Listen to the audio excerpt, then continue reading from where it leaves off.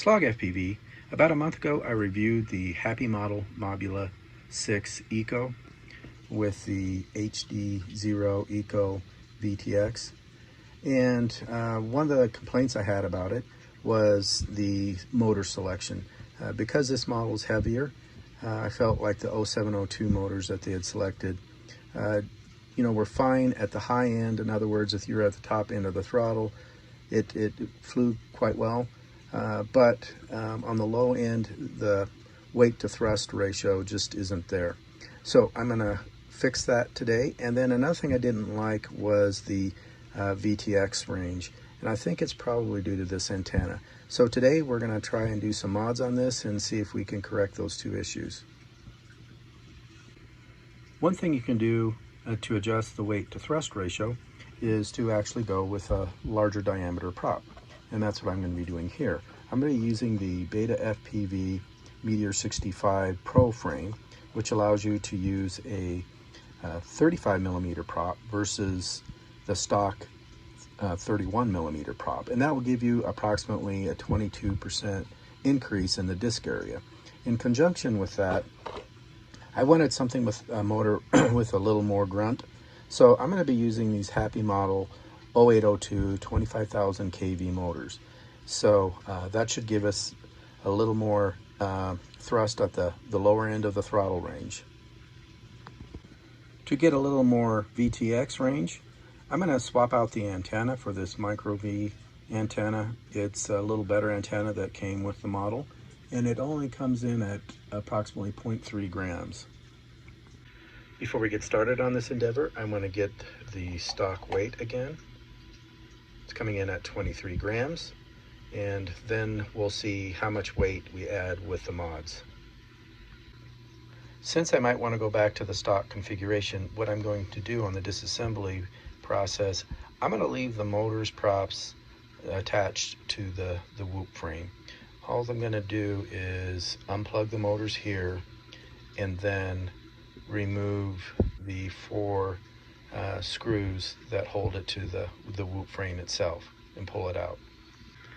To disconnect the motors, I'm just using this slotted flat end screwdriver. Alright, flip the quad over and removed the 4 screws, as you can see here, and the washers, don't lose those are tiny. Next, we're going to gently pull the flight controller, canopy, and the ECO VTX off the frame. Okay, the flight controller, VTX, and camera and canopy are now off the frame. And again, I'm just going to leave this together in case I want to go back to the stock configuration. Next, I'm going to just disconnect the dipole antenna from the VTX. You can either use your fingernail or just a flat-headed screwdriver. The new antenna just snaps into place. Next, we're going to be mounting the motors with these supplied screws. You can see the 3 holes in the frame. I have the 4 motors installed. I do put a little twist in the connectors themselves. That makes the wiring a little more stable, and then you don't get them caught in the props as easily. So, yep, next I'm going to install the flight controller and VTX. This is the fiddly part of the build. You need to go ahead and install the flight controller first on the standoffs with the rubber grommets, and then just kind of fold this over to the side and then put the VTX on top. Also keep in mind, this is the front of the quad, this is the rear. Okay, I have the canopy, flight controller, and VTX installed on the frame posts, standoffs. You can see there's 4 screws that hold it on. Those are the long ones. I did connect up the motors here with motor connectors, plug those in. One thing to note, I had to route the pigtail on each side of the USB port to get enough length. Later on, I might consider swapping this pigtail out for a longer one, and then Beta FPV has an angled connector for their BT 2.0 connector. So I might do that later, but for now I tried to make this a no solder upgrade, so I'm not going to show that in this video. Next, I'm going to connect this thing to Betaflight configurator and make sure the motors are spinning in the right direction, and we'll go ahead and change that if they're not spinning in the right direction. So you're going to need to be in the Betaflight configurator. What you want to do is make sure your quad's plugged in with the battery and fan blowing on the VTX because it gets hot. You're going to go to the motors tab, and this is where you're going to check the direction of your motors. So go ahead and select motor direction. You understand the risks, and I have all the props removed. So I use it individually, and I already have done this, and I know that motors 1 and 4 are reversed. So all you have to do is push on the button that corresponds to the motor you want to spin and check its direction. If it's going the wrong direction, you just hit reverse. And since I've already done that, I'm not going to do it again, but anyways, it's as simple as that. Alright, here's the finished product. I'm coming in at 25 grams, so 2 grams heavier. So we'll see if this was worth it. I'm hoping it is. I know it's added 2 grams worth of weight, but the prop disc area is about 22% bigger, larger motors, so I think it's going to fly better even though it's 2 grams heavier. So before I give you my final thoughts on these upgrades, I would like to state no quad is perfect, and there's always compromise and personal preference involved.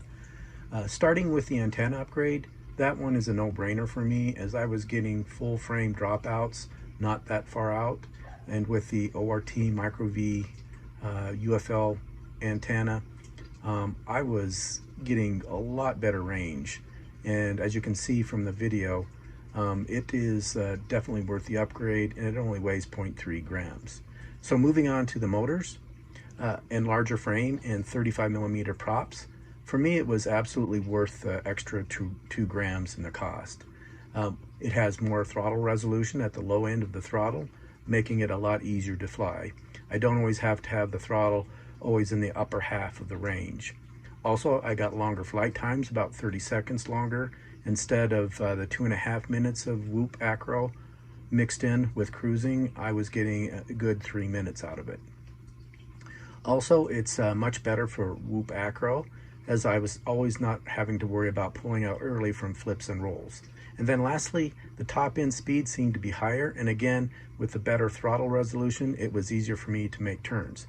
So in conclusion, I'm not saying you have to do this upgrade or upgrades to make this Mobula6 ECO 2024 worth the purchase, but for my indoor and outdoor flying, it was worth the upgrade.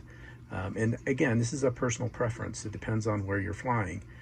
I like flying indoors and outdoors with my whoops. You might ask, why not just go with a 75mm whoop? And my response would be, I just don't like flying that size of a quad indoors. So if you want something that's good, combo indoor, outdoor, I think this is a better compromise, going with the 35mm prop size, as it only is slightly larger as far as the prop duct size. So you still get that small little whoop feel inside the house, but you can still take it outdoors and do some light whoop acro. So that's all I have on this particular upgrade, or upgrades I should say. So again, I always appreciate you tuning into my channel.